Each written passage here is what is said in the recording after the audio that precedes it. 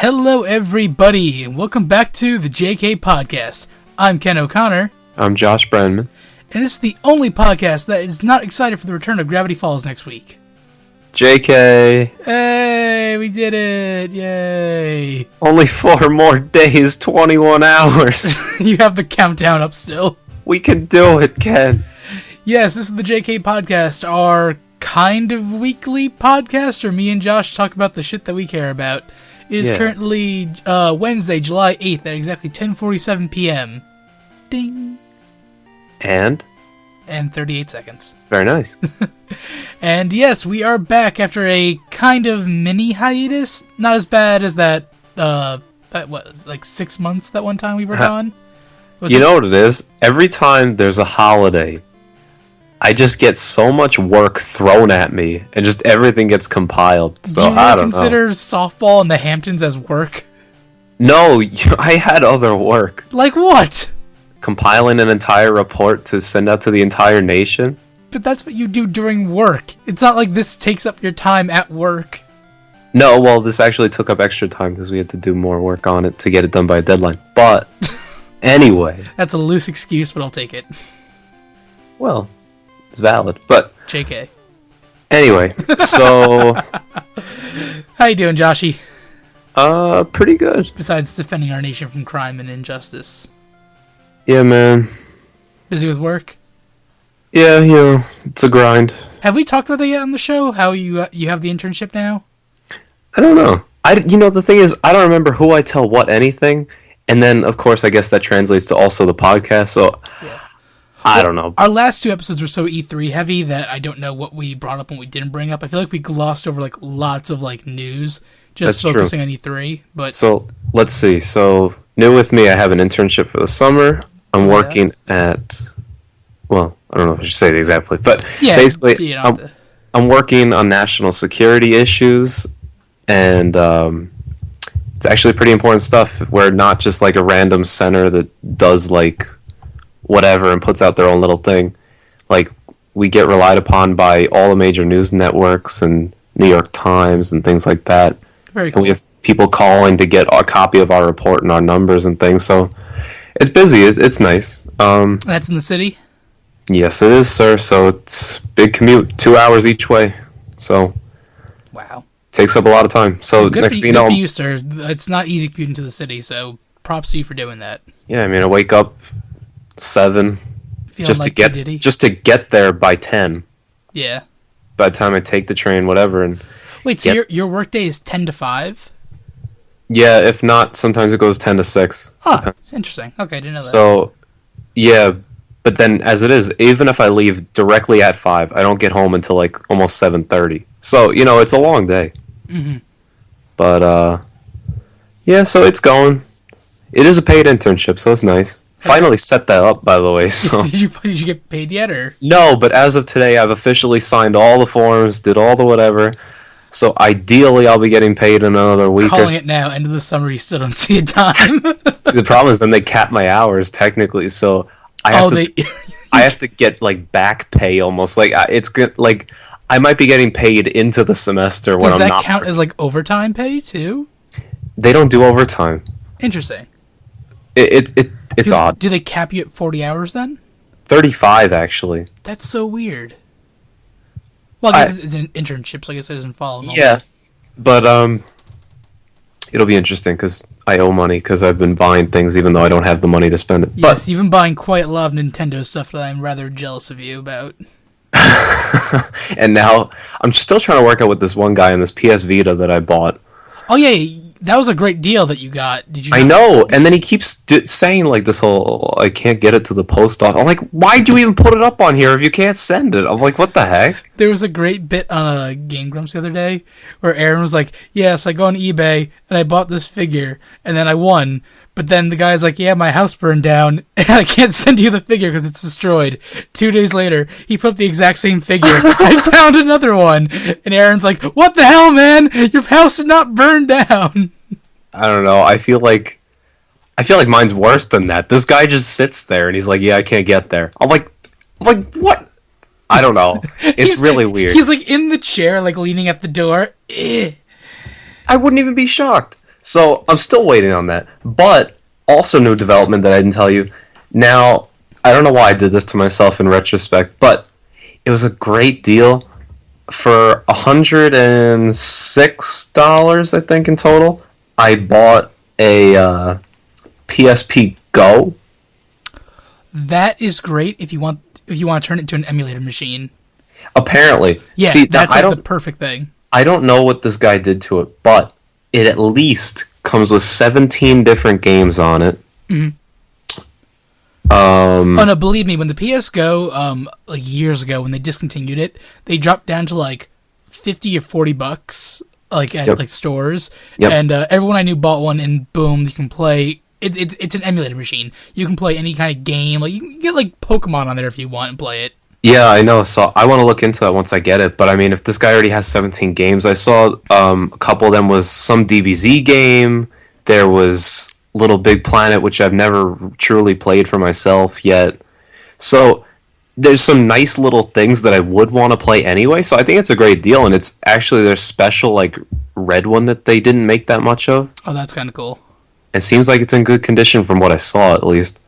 So should be good. So I got some nice things coming along the way. I also, I forgot to tell you, I got that Pokemon plush we talked about on here, wearing the Charizard suit. Yeah, I got that from Japan over on eBay. Don't they sell those at the Pokemon Center? No, not the one with the Charizard. Ooh. They're selling the cosplay ones now in Nintendo World, which I know that. Talk about. No, they don't sell this one. This is direct from the Tokyo Pokemon Center. It has it on the This is the one with the Mega Charizard thing. Like, it's the Mega Charizard Y, I think, on it. Yeah, technically, because it has the little Mega Stone, I think, as the, like, holder of the cape in the front. Yeah, and isn't the head spikier, too? I think so, yeah. And he's got that little evil grin on his face. I love it. I just got it in, like, 2 days ago. Oh, nice, dude. I still have it in the plastic wrap, actually. I gotta break it out. I want to start looking for... I've been on a big One Piece kick lately. Yeah. I want a Fighting Dugong plush. See, I'm not even 100% sure what that is anymore. During the Alabasta arc, before they leave their ship, they got attacked by like, these little sea otters. Not sea otters. Oh, was that the one that Luffy befriends and he has the little hat on his head? Yes! Oh, And they guard the ship while they're in the Alabasta arc. Okay, I'm really sorry, but I believe that guy comes back at one point. Well, they came back at the end of the Alabasta arc, too. No. Like, much later on? Uh-huh. I think it's just the one. Like the one that he beats? Yeah. Oh, I really hope he comes back. I believe so. It was pretty cool. Yeah, it's like I've been saying. I've been, like, marathoning One Piece like a madman. I am now 140 episodes in. We're just starting the Skype arc. Okay, well, I mean, it still hasn't moved that much, but it's getting very interesting at the moment. Well, I've passed where I watch now back on Toonami. Like, I never got past the Alabasta arc back in the Toonami stage. So. Yeah, because that's where it got, like, sort of off the air, and it was tough to watch them. Yeah, well, 4Kids stopped at, technically, season 4 of the show, which was right in the middle of the Alabasta arc. Yeah. So, and now I'm watching a mixture of, I'm watching mostly subs with some Funimation dubs, because the Funimation dub, they didn't edit anything, and it's all the direct translation of the Japanese. So, like, they didn't change, like, the names of the attacks or anything. It's all the same, which is nice. Okay. And the voices are actually a lot more tolerable. I don't know. I'm so used to the other one. I think it sounds great. But... Like, you remember 4Kids Sanji voice, right? No. Oh, it was like that. I haven't heard it since when it was on TV. It's like that weird, deep French, like, "Hey Nami, what you doing over?" Like, it was weird. I don't know. It was like more Brooklyn, I guess, than my French. Cousin Tony. No, not that bad, but I prefer these new voices. I prefer the Japanese voices, and the Funimation dubs are like, it's pretty much exact. Like, if you didn't tell me, I thought it would be the Japanese voice actors just speaking English. It's pretty like on point. That's pretty good. Yeah. But, though you won't find that on the later episodes. That's the thing. So if you're looking for that all the way up till now, I'm watching on Hulu, and Hulu has every episode, like, and it's all there so far. No, but I mean, like, when you get up to where I am. Oh yeah, no, I think they're on season 17 now. I think the English only goes up to like 14 or 15. Oh, okay. Yeah. So. But I don't know, man. It's getting interesting in the real ones. I just finished, actually, a couple days ago watching the current one. I caught up. I was a few behind. I watched episode 700. It was momentous. Yeah, when I eventually catch back up, we'll do a One Piece episode. Well, I'm ready whenever you are. Yeah. Like, I'm learning all sorts of stuff now, and I'm learning about the Will of D, and lots of good stuff. All I have to say is that Luffy's newest attacks that he just pulled out in the latest couple episodes, I love the names. I don't know, I was, like, the fight with Crocodile when he turned into Water Luffy, that was amazing. Well, all I have to say is this one name. I'm not even going to say how the attack works. Okay. But just the name Red Hawk, it sounds cool. That's all I'm saying. It's a color and an animal. See, it's so genius. Who would know to put the two together? Oh my god, they make a plush of the fighting dugongs. See? One Piece is the greatest anime ever. Kung Fu Dugong. It pretty much is, honestly. Yeah, definitely. It's so weird though, because again, I'm like taking apart the series, like going through it little by little, seeing exactly what I did see and what I missed. Like, 4Kids skipped an entire season. On what? Of One Piece. Yeah, like where? Well, the entire like fighting Mr. 3 and the Wax Fruit on the Island of the Giants. They skipped that entire season. God, I wouldn't even remember. So when they get Vivi, the next episode in the 4Kids dub, they get Vivi, and the next episode they're in Alabasta. Yeah. And then they leave Alabasta because the episodes didn't line up correctly. Yep. They go and meet Mr. Bon Clay, which, by the way, that man is now my favorite character. And the flamingo dancing guy? He sacrificed himself to let them get away. He's amazing. I think he comes back. Oh, don't tell me that! Oh shit! Because I'm like, wait, sacrifice himself then? I'm like, hold on. Yeah, no, because we met this new character named Hita, or I think she has long pink hair and she has the lock fruit. I don't know. That's bad if you can't remember this stuff, though. It's over 555 episodes back. Like, literally, that's years worth. Yeah, but I can still remember. Well, we'll see how I do when I get to episode 700. But that's what I'm saying. Yeah. So that's basically all what I've been doing recently, just work in One Piece. Hey, someone's got to live that life. What is that supposed to mean? I don't know. Honestly, it sounds pretty good to me. Because a few days ago, when I had to catch up on 3 episodes of One Piece, I was loving it. I came home, I'm like, let's do it. And there's going to be the day when I catch up to 700 and I have to wait a week now. I'm so used to having 40 episodes in front of me each day. Yeah, that's why I like sometimes getting really busy on the weekends and stuff when the new episode comes out. Next thing you know, I'm 1 or 2 behind. And it makes it nice to just watch that little mini marathon. Mm-hmm. That's what I do with Pokemon all the time. Because Pokemon, there's such big gaps in between when the episodes actually matter. Oh, yeah. Because with all those pathetic filler episodes.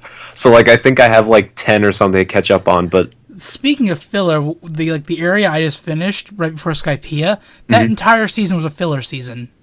Oh, they do that.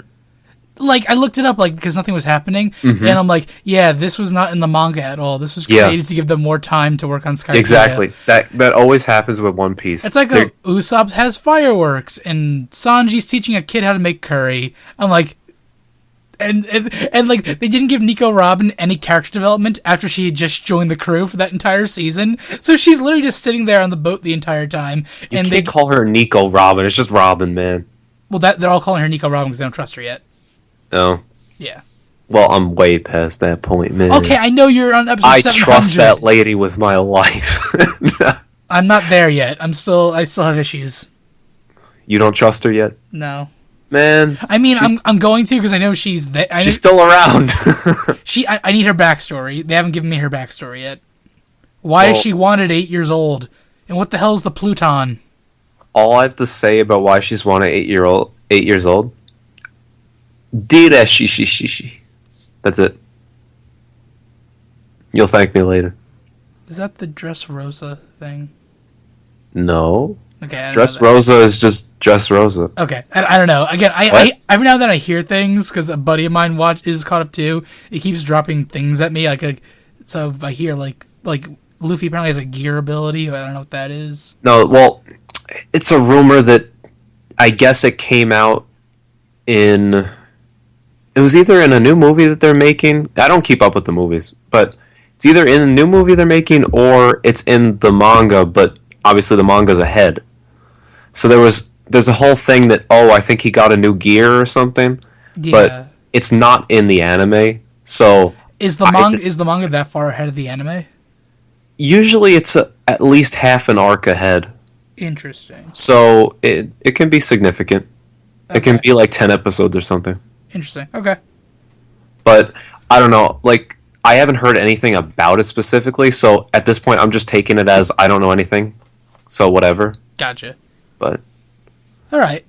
Well, that's our One Piece talk for today. It's preview. We're previewing future episodes. Yeah, I'll probably like mention where I am in like future episodes. Like, episode 200 now, episode 350. Luffy. Yeah, guys, you can start now and see if you could catch up with Ken. Oh, one last thing. I was surprised that Luffy lost the fight to Crocodile. Not one, not two, but almost 3 times. Yeah. I was like, wow, he's never lost that way before. I know. He's turning into Ash. No, it gets better. It gets better. But he better because I was like, Luffy never loses, and like, okay, he lost the first time. He's gonna rally back. Oh shit, he lost the second time. Yeah, I mean, okay, he's gonna honestly do fine. Though, I kind of like that because it's more realistic as opposed to he's gonna win every time kind of thing. Yeah, well, that's the. I'm sitting there watching him fight Crocodile. I'm like, how the fuck do you hit him? And I couldn't figure it out. Yep. And then like the water, like. Oh, that makes so much sense. Yeah, but I think they do a clever job of like how things work and fit in. Yeah. Like that's why I love it. The backstory and things at times. Oh my god. I'm having one little problem though, which I never know when he kills an enemy, when he beats an enemy. Because I thought he took out like Captain Kuro and like Don Krieg. I thought he killed all those guys. And then like there's an episode where it shows them all reading Luffy's wanted poster. I'm like, they're still alive? I thought he killed them. Well, like how I told you that Law died when he got shot like 3 times in the chest. Who? Trafalgar Law. Who's that? Like the doctor guy with the panda. Everyone knows the panda. I don't know who that is. Well, I mean, you don't even see him until I think at least episode 450. Don't tell me that these things then. No, but I said it on the podcast. I forgot though. Well, he didn't die, so there you go. Damn it. So there's no big dramatic death, because that's always the one thing everyone goes crazy over when someone actually dies. Well, I know one character who does die that happens right before the time skip, and that pisses me off. The time skip is fantastic. Oh yeah, no, I can't wait for that, but I know who dies right beforehand. I think almost everyone does. See, and I still didn't believe it, so I still had to see it for myself. Well, I don't know who does it or how it happened. I don't know anything about how it actually goes down, so I'm good on that. It pulls at the heartstrings, man. I'm waiting for it. So you're gonna cry. I probably will. Get some popcorn. Get some tissues. Just weep, man. Okay. Well, you were crying during that Up slideshow. I cried. But good, Joshy, good transition. Going from Up to Pixar's Inside Out. I want to talk about this for a second. Yeah, man. I cried the entire time. See, you say that as well as I had a good one. Did you really? Josh, check your phone in 1 second. You have a video of the entire movie just on you. No, what I did was after I got out of the theater, I was walking out of the theater and I'm like, and I realized, oh shoot, I think I've been crying literally the entire time. So I took out my phone, just took a quick screenshot of my face, not like posing, just like a quick like, what do I look like? And there, here, look at the picture. Oh my god! First of all, you got like some sort of vein coming out of the top, but yeah. Whoa, the facial hair though. No, but it was all drenched in tears. My entire face was wet. See, now everyone, he just didn't like take that picture. I see the credits in the back. Yeah. So I legit got up and like, wait, I took a picture of my face. Like I need this for some reason. Well, I thought it was a great movie. Because I saw it with my family. I was the one that recommended it. Well, I was going to see it anyway. No, I mean, I'm just saying from my perspective. I thought it was really good in the preview. I thought it was kind of a really interesting concept because I don't think there are really many movies like that. Oh no, it was a very original concept. And the way they incorporated all these little things, it was very clever. And I really enjoyed it. It was one of those, it's rated PG or whatever, but I thought it was a nice movie. I feel like it played like a very like thin line. Like it definitely was a PG movie, but it was dealing with very real psychological issues. I think that a lot of people go through. I think that's what made it really interesting. Yeah. With the different emotions and how they interact and whatever. Yeah. No, but for me, it was just an entire like 2-hour cry fest. I don't know how you pulled that off. Starting with the volcano thing in the beginning. Man. The little short. That was the lava you. Yeah. Okay, but can we talk about that then for a second? Okay. Wait, actually, here's a question. If you, let's say, buy the movie on Blu-ray. Yeah. Would you get that short? Yeah. Oh, yeah? Yeah. Okay, anyway, so...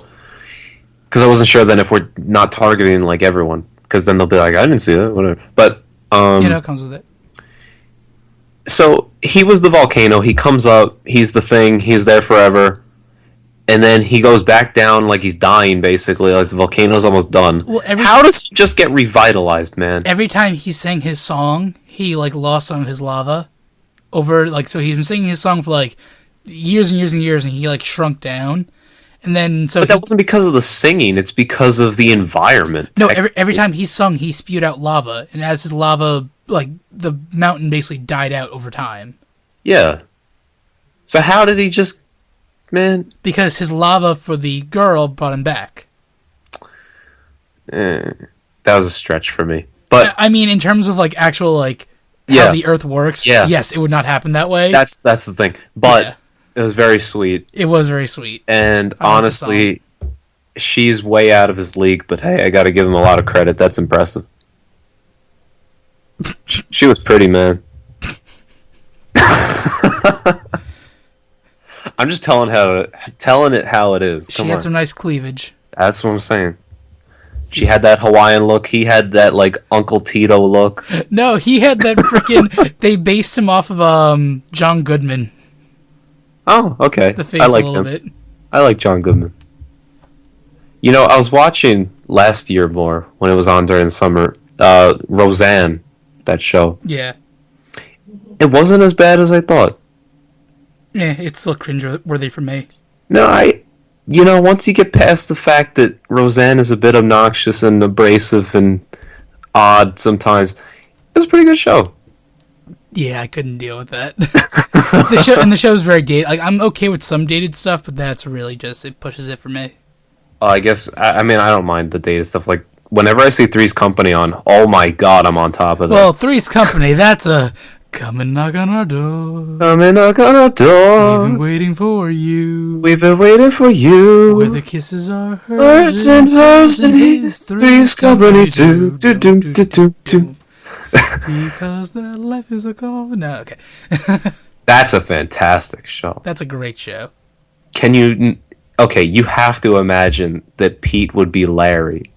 Oh, obviously. Okay, thank you. Which one? Who would you and me be? I'd love to say you'd be Mr. Furley. I would love to be. Thank you. Thank you. You're welcome. You'd be Mrs. Roper. No. I'd rather be Mr. Roper. Come on. You're both. Make me the bartender at the Regal People. Why are you the bartender? He's one of those side characters that does... like repeat, but he's just kind of there. I don't know. You know who I'm talking about. I do know who you're talking about, and it's hilarious. But we're going way, way off topic here. Suzanne Summers, though. Back to Inside Out. All right. I love the line when they're on the train of thought, and they knock over the boxes of opinions and facts. Yep. And I thought that was very clever. Sometimes these do get mixed up quite frequently or whatever. Yeah. That was actually very clever. It's a shortcut. DANGER. Shortcut. Come on. That was a stretch. I was like, come on. That was like escape to me. I don't know. I'm surprised you cried at that. No, No, I'm assuming you were like dying when whatever his name was died. When Bing Bong sacrificed himself, I lost it. I went to like a 11:30 showing too, so no one was there besides like me and like 2 other people. I was openly like, this is actually a great line, a great time for this great line that I think I mentioned on here before. What's with all the tears and the show tunes? Because it was literally a show tune, basically. In order to get this magic rocket sled working. Yeah, man. It was supposed to take him and the girl to the moon. Yeah, spoilers, by the way. I hope we're not ruining this movie if you haven't seen it. It's a very good movie. Yeah. Go see it. It's amazing. Did you catch the John Ratzenberger cameo? Not even fully sure who that is. He's in every Pixar film. I gotta look. He played the mailman from Cheers, and he's been in every Pixar film. He plays Ham in the Toy Story movies, but every other... Oh, that guy! Yeah. I like that guy. He's the fish in Finding Nemo. He was the construction worker in Up. Wait, is he the dad in Finding Nemo? No. He's the fish. The school of fish. Oh. Like the sardines that, like, point the way, like, they make all the different, like, pictures. They spoke? Yeah. Huh. Hey, buddy, I'm a long fish with a nose like a sword. Swordfish. Remember? Oh, okay. Okay. Well, Who was Fritz? What the heck? Yep. Fritz was... the clown. No, Fritz wasn't the clown. Fritz was the guy who made the expanded memory at the end. Like the bigger control board. It's a one line like cameo. That repairman guy. Okay. Yeah. That was clever too, like when they're erasing all the old memories, like all these phone numbers, they're in her phone. She doesn't need these. Yeah, that was pretty good. I like 4 years of piano, keep chopsticks, and Mary had a little lamb. Yeah, let's move on. Yeah, I thought that was all like it's not like, for me, that's not like something I'd laugh at, but like I really appreciated it. It was so clever, I thought. That's the thing. It was so well written. Yeah. So it was a very enjoyable experience for me. And, I never thought about it with that expanding of the board thing, because the parents had that the whole time. Oh, yeah, if you look at, like, the setup of the parents, they had their own division. I don't know why it never kicked into my head like that would happen eventually, but... Yeah, well, as we get older, we get... I know, but, like... expanded emotions. It makes sense. Like, it makes sense, kind of. Oh, that's the thing. Completely made sense. I don't know why it didn't register to me as, like, that was going to happen. I just didn't... Whatever. But, What's puberty? Oh, yeah. That's pretty good. I'm like, don't need that. I loved Anger. Like, Louis Black as Anger. He was hilarious. Oh, yeah, that was very good. I'm going to tell you this after, but someone did remind me of the sadness one. Who? No, I'm not. No. Just say it. No. I'll zoom at it. Well, then you're going to zoom out for a long time. Because I don't... Just say... Wait, it's someone we know? Yes, but not like super close with. Don't say the name, just give me like a hint. A girlfriend of a guy, friend of a cousin. Okay. No, enough. You got it. Isn't it very similar? A little bit. I don't know. I kept seeing it in the face. The entire movie. The face. That's... I'm just saying. All right, let's move on to our main discussion here. Like, you know what I'm talking about. Yep, let's move on. It was quite scarring. We are moving on. All right, so our main big topic of discussion today, we've been hyping this up now for weeks upon weeks upon weeks. Yeah. This is our Gravity Falls cast. Yes. Look at that GF logo. Welcome to Gravity Falls, which... was interesting because it's not just a made-up place. It's in Oregon. Well, yeah. Yeah. Isn't that where the show takes place? Yeah, Gravity Falls in Oregon. I don't think it's a real place. Oh, okay. I thought you were saying like it's a real place. Like, no, it's made up in Oregon, I think. No, but they use the U.S. and say that it's in Oregon. Well, yeah, they're from California and they go to Oregon. Yeah, it's interesting how they used real places to put Gravity Falls. Oh, like instead of like coast city being on a coast somewhere. Exactly. Yeah. Yeah. Okay. Fair enough. We got to keep Beach City weird, man. Keep Beach City weird. I want to make a documentary like that and have it like really shitty quality. I mean, you can. These are the crystal gems. I am now approaching their force field house door thing.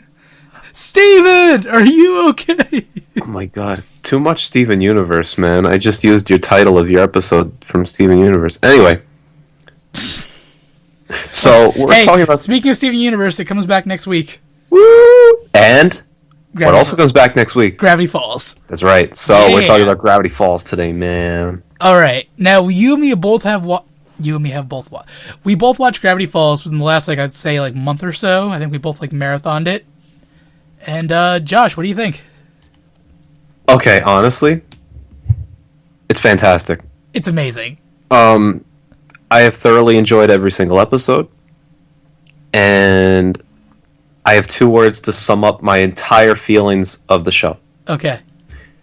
Grunkle Stan. Grunkle fucking Stan. Now, before I address that, though, you would think, what does Grunkle mean? It's then cleverly named. You're thinking, wait, is that just Uncle Grandpa kind of nonsense? No, don't even bring that show up. It's better, because he's just a great uncle. And what's a greater way than shortcutting that?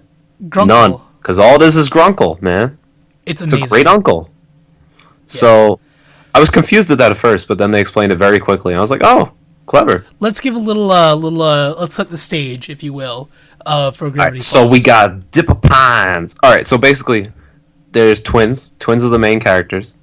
We have Dipper, which is a boy, which could be confusing, I guess, from just never hearing of the show and be like, Dipper, what kind of name is that? So, Dipper is the boy, and the girl is Mabel. And now I'm forgetting how she described it at one point. She's like, my name is like this, but it's Mabel. I don't remember. She has so many great lines. Basically, they're 2 twin siblings. They're both 12 years old, and they are sent they live in California, and they're sent by their parents to go live in Gravity Falls, Oregon, with their great uncle Stan Pines for the summer, basically. Stanford. And their great uncle Stan, Grunkle Stan, he runs what he calls the Mystery Shack. Yep. Which is a bunch of fakey Sasquatch kind of urban legend. I'm shocked at how he gets customers every single day. I think it's just to show how stupid the general public is. Look, a dog with no face, and it's painted white, so you can't see the face and stuff like that. And it was the one episode where then Dipper gets the real monster and they're like, oh, that's fake. And then they look at some random fake dog thing that Stan put together. And the hole to nowhere, the endless hole. It's really really crappy tourist shit that apparently does really well. The endless hole was yeah, we'll get to that. Anyway. And at the shack, there's Wendy, who works the counter, and then Jesus, also known as Seuss, who is the handyman who works around the shop. And basically, it's kind of it gives me an X-Files vibe, where it's every episode is a different creature, something's happening in Gravity Falls, that usually Dipper's the one chasing it down, and Mabel gets involved somehow too. Yeah, Dipper is more of I don't know if academic is the right word, but the more serious, but also more adventurous in terms of discovering these mysteries. Yeah. While Mabel is just all around, do whatever kind of thing, accompany or spend time with Waddles the pig. Now, Josh, you love Mabel, right? Yes. I like Mabel, but she gets on my nerves a lot. She was getting on my nerves slightly in the last few episodes, but she redeemed herself in that final moment. In the final moment. Yeah. But can we talk about Waddles though? Oh yeah, okay. Mabel's pet pig, Waddles. He is amazing. Aside from the Neil deGrasse Tyson part. Okay, do you want to explain that? Well, hold on. Okay. Aside from that, Waddles, this little fat little pig that they keep as a pet now because Mabel won it from a fair, which, first of all, that was hilarious.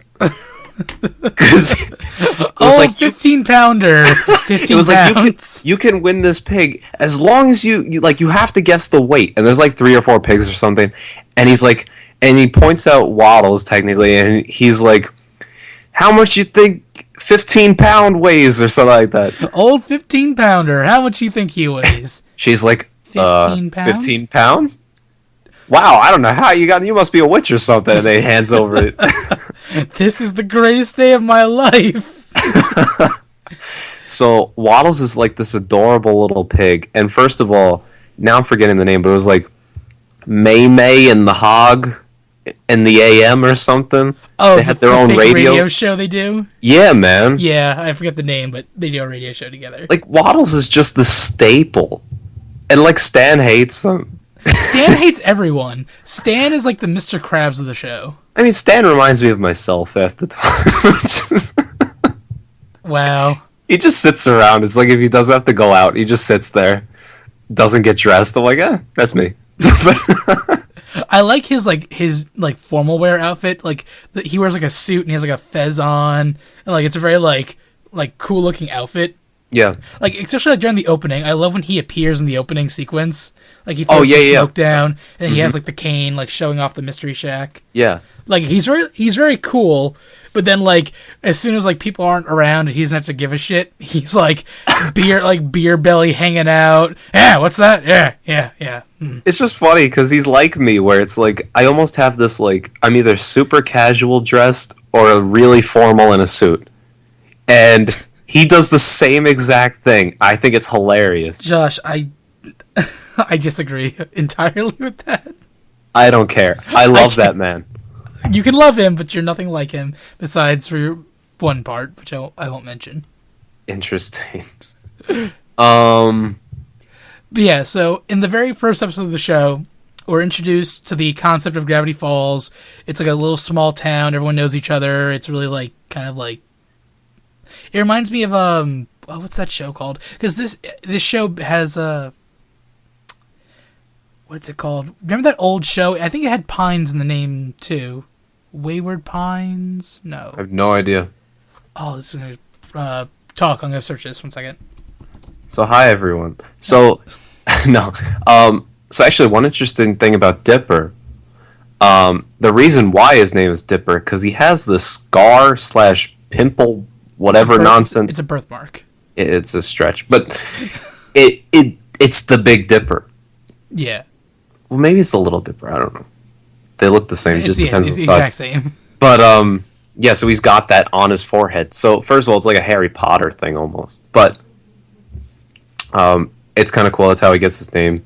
Also, what's kind of cool is that every episode, Mabel is wearing a different sweater. Her sweaters are amazing. Yeah, that's one of those really cool things. Like, I feel like you would love that. I guess you do love it, yeah. Yeah. Like, one episode, she had it where it could light up, and they were like, wait, isn't that, like, a fire hazard or something? But, or you're not supposed to wear that, whatever. But, yeah, I don't know, they're really cool things. I don't think they, now thinking about it, I don't think they correspond necessarily with the episode.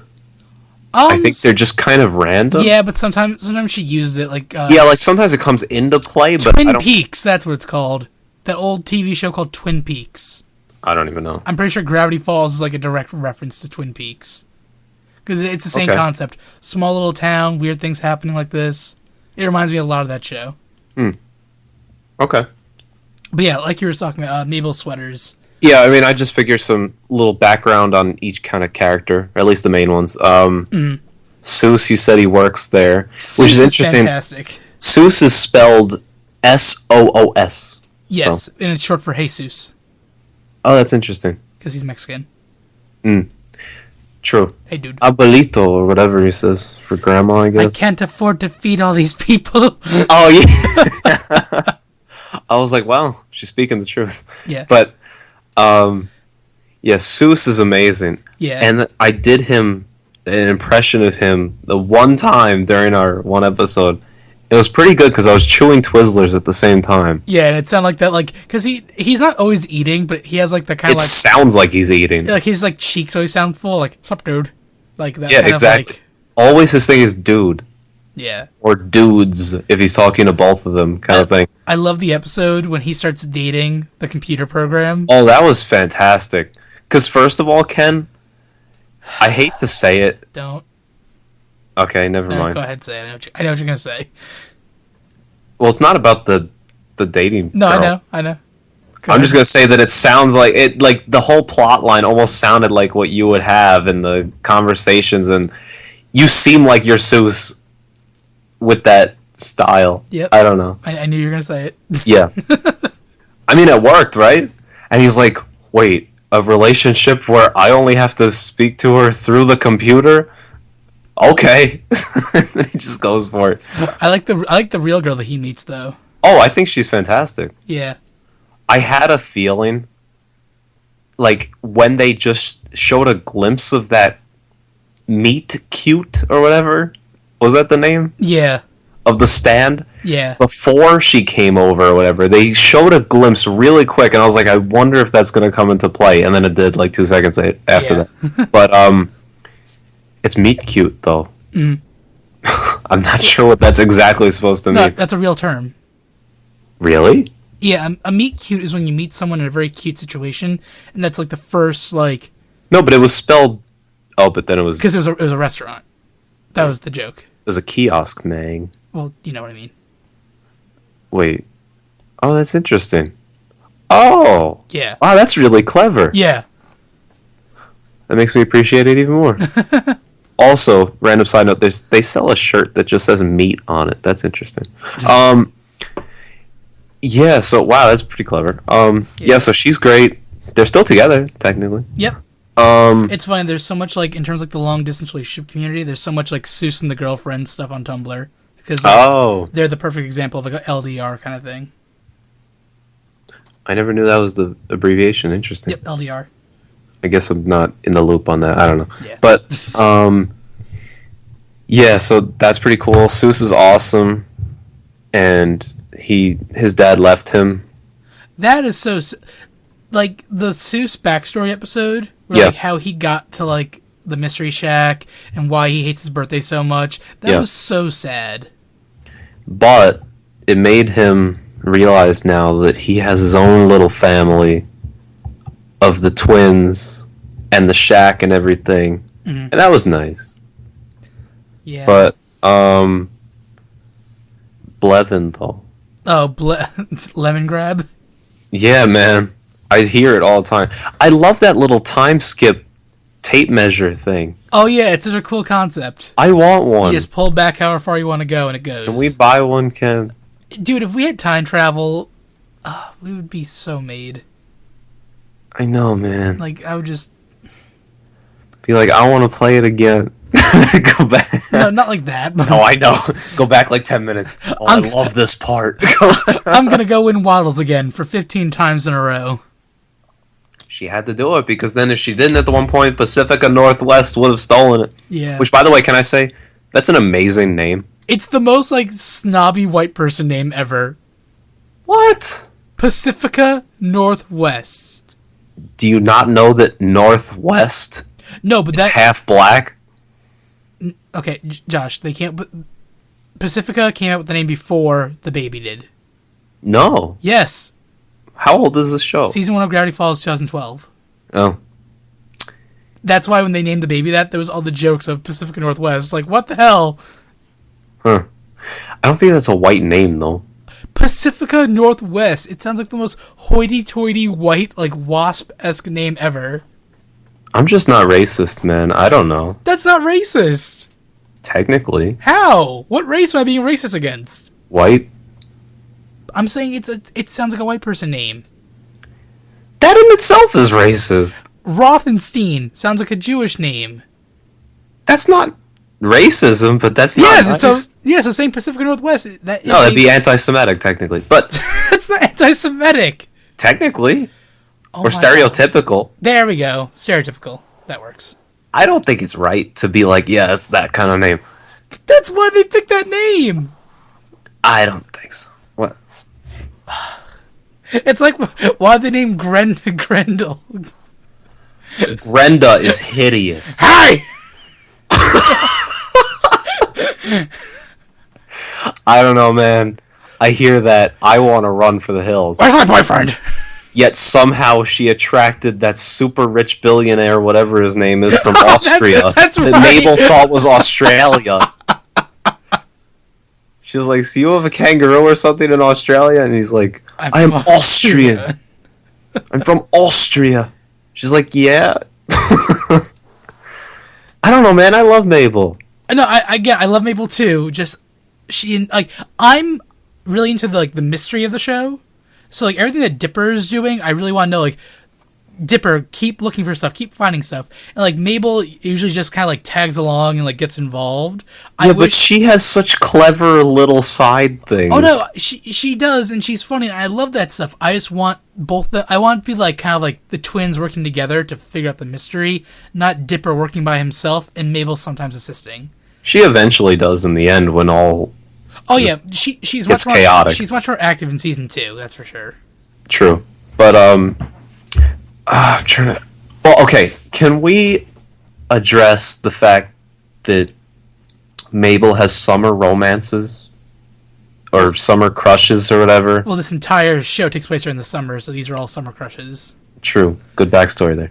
And she first had a crush on a guy that was actually composed of gnomes. Which we all thought was a zombie, but then it's a bunch of gnomes. I thought you would be intrigued with the whole zombie thing. You're like, oh, this is a great way to lead into the show. And then it turns into like gnomes. It's like, what the heck? But gnomes work well too. That's the thing. Like, yeah, they could have been like as basic as a zombie and it would have been cool. It's the fact that they made you think it was something completely different, but it was still within the realm of like, what the hell? Do you remember when they wanted the gnomes' help later on? And yeah, the one guy was bathing with squirrels swimming around in the tub. Yes. That was slightly disturbing. But aside from that, yeah, so she had that crush. Then she had a crush on the merman. No, there was one before that, I thought. Thought it was one. I don't know. Anyway. Was it Little Gideon? No.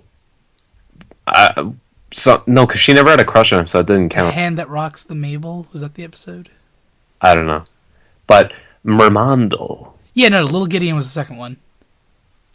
Whatever. But Mermando, the merman that speaks Spanish, who... What exactly did she say? What language it was? Yeah. Did she say a language, or she just didn't understand? Or yeah, you talk with such a funny accent. That's Spanish. Oh. Oh yeah. Okay. Yeah. I think it was something like that. Yeah. Oh my god. Okay. Then the Backstreet Boys like make fun of thing or NSYNC kind of thing with several times or whatever. Oh, what was their name? It was a really clever name. It was several times. I thought. That's what it was. With like a apostrophe. Yes, several times with a Z. Yeah, man. And they were all played by Lance Bass, which was amazing. Really? Yep, Lance Bass voiced all of them. That's cool. Yeah. I thought they were great. Because they were imprisoned clones, so technically they were all the same person just over and over again. I thought it was funny how they even brought in the stereotypical, like, fat, sweaty guy with a chain that was, like, the owner of it. Yeah. I don't know. It was a nice touch. The show is very, like, not self-referential, but really good at hitting, like pop culture things. Like I was mentioning to you before in the Summer Ween episode, like that entire episode, the entire time I was thinking Spirited Away because the creature, what was it called? It was the Jackomelon? No, not Jackomelon. The actual thing? Yeah, what was the creature called? Ooh, I don't know. Oh, the trickster, the Summer Ween trickster. Yep. Uh-huh. He looked like a No Face from Miyazaki Spirited Away. Yep. And like when he was gorging himself on all the candy, it looked like that final scene where No Face is just kind of like just eating everything in the bathhouse. Yeah, I mean it's not so similar, but it's similar enough to where you get that kind of. It looked pretty similar to me. I don't know. I mean, I guess sometimes based on the movements, yeah. Mm-hmm. And that whole, like, big spider form thing, yeah. Yeah, definitely. Okay. True. But, what else did they do? Oh, the one that I love, that when they did the karaoke on the roof. Oh, yeah, that's the season 2 premiere. And the singer was Ampersandra. When it was just an and sign and then NDRA to make fun of like Kesha. Yeah. I thought it was really great. It's all these like little like pop sort of references or pop culture, you know. And it's very clever. Yeah. And they get away with it. And I'm like, hey, it's cool. Now, Ken. Josh. I know that you do a spot-on impression of a character we haven't even really mentioned, except you just mentioned it slightly. Ah, shoot, child. You mean me? Lil Gideon? Lil Gideon. Lil Gideon, y'all. Who loves Lil Gideon? Say, yeah. Yeah. Oh, shuckles. Oh my god. Little fucking Gideon. It's like he must be like the same age as Dipper and Mabel, I'm assuming. Except he just looks a lot smaller and he has a giant pompadour. And he wears his little suit. His little blue suit. So, and he has this big billboard on his front lawn that says "Like on TV," and it just says Gideon on the front with his picture. Yeah, so Gideon is basically the arch rival to Grunkle Stan. Yep. Because Little Gideon is constantly trying to get ownership of the Mystery Shack and all its contents. Which we'll go into a little bit of the Mystery Shack in a little bit. But Little Gideon, he's probably the biggest reoccurring antagonist we've had so far. He becomes Plankton. Like looking for the Krusty Krab formula. Yeah. Yeah. Which I thought was funny. Yeah. Because they had like failed attempts and stuff. I just, like, when I first saw, before I watched Gravity Falls, I saw GIFs online of Little Gideon. Yeah. And it was when he was using the amulet to, like, levitate and stuff like that. Yeah, yeah. And I thought he was a ghost. I thought the whole thing was Gideon the ghost. And, like, they were going to find out he's a spirit, and that's why they couldn't stop him or something like that. But he's just using powers he's discovered from the journal he found. Yeah. And then they broke the amulet, and that kind of went away. But... yeah. And then the stuff like it seems like he has psychic powers, but he actually... he was spying on everyone. He spied on the entire town. Which would be a crime and did become a crime. Oh! Favorite side character line. The cross-dressing lumberjack lady guy, whatever, brings up the two arms, holds them in fists, and says, "Get him! Get him!" I thought you were going to say that you like the two cops. No, they're hilarious. But no, I love the "get 'em" line. Yeah. And then when Gideon was getting locked up, and then they all looked to him, and they're like, "What do you have to say?" or whatever. And it was like, "Get 'em." It was like crying. I thought it was really good. Yeah. Okay, so the cops then. You have like the stereotypical stereotypical from like a TV show standpoint of cops that just like don't do much. Yeah, it's like the donut eating, kind of like relax. They don't know the law that well. Now I know you don't like this, but I believe the one cop is also the voice of that dragon on Uncle Grandpa. Oh, is it really? Yeah. He's okay. I like his voice. Yeah. When it's coming out of, like, I don't know, it works better in the show, I think. Yeah. Anyway, I think they're great. I love the one episode with that gigantic, like, pterodactyl thing.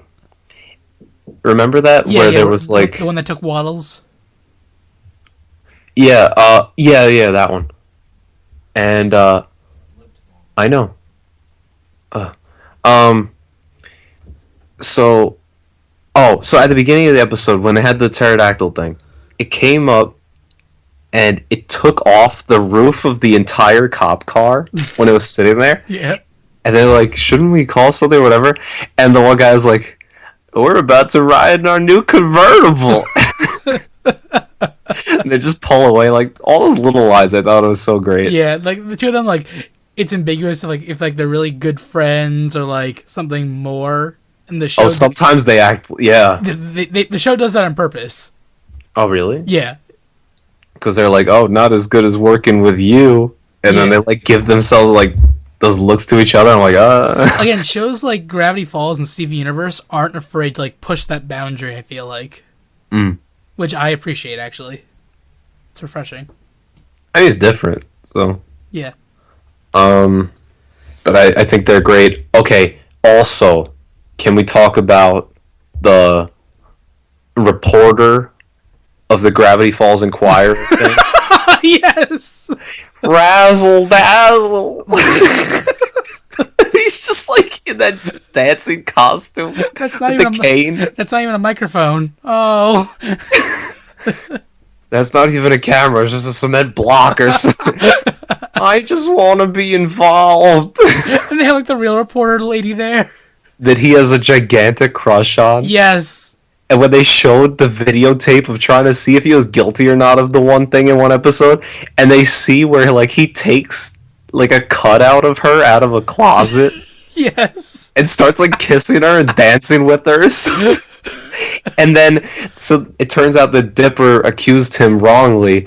And then the reporter guy is standing there while the video of him dancing and kissing this poster is playing on the TV behind him. And he's like, yeah, that's pretty embarrassing.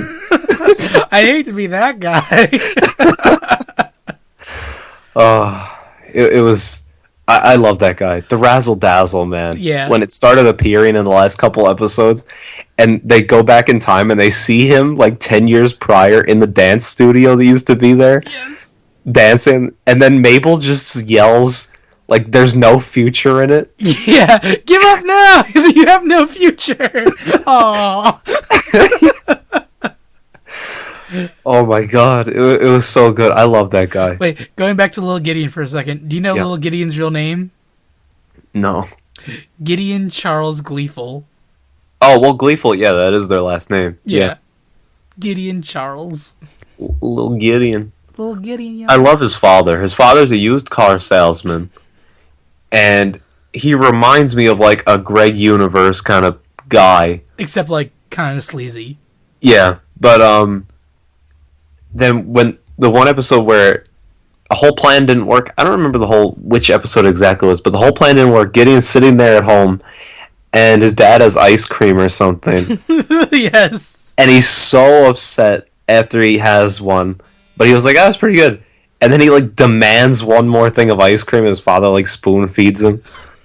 And he gets angry again afterwards. I don't know. It's so funny. And the mom is, like, almost going insane and can't handle this. Yeah. And she's like, keep vacuuming. And, like, it was interesting. Do you like the pizza guy in the background? See, okay, this is the problem I have. You initially told me there was almost an episode dedicated to this guy. No, I said the first major episode he appears in, they promise pizza, he shows up, he gets disappointed. From that episode forward, he's in the background getting disappointed in almost every episode. I don't know, it didn't have that same effect on me. It was okay. Maybe because I told you about it. Yeah. I don't know. Because when I saw that, and like he's wearing the pizza shirt, I laughed so hard. And then every time he kept showing up, and he keeps getting pizza taken away, I was like, oh my god, that's perfect.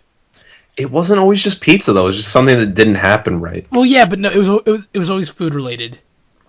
Like, it was the part they had the barbecue, and like, Wendy closed the barbecue right as he walked up. Yep. He looks down and walks away. Yep. And then I think they go back in time, and he's promised pizza, and they do the same thing. He gets I don't know. I like him a lot. He's okay, I think. Who are some other very notable side characters here? Who else we got? Oh, we have to talk about Bill Cipher. Who? The Triangle. Oh. Yeah, okay. Because we've been talking about the characters a lot, but we haven't been talking like the mystery of Gravity Falls. Yeah, I mean, I guess we're just setting the tone of like all these different characters and how they relate. Like, there's a lot of lore that goes around like the show. Because the whole thing is, it's almost like everyone knows the town is a little messed up. No, I think no one really does.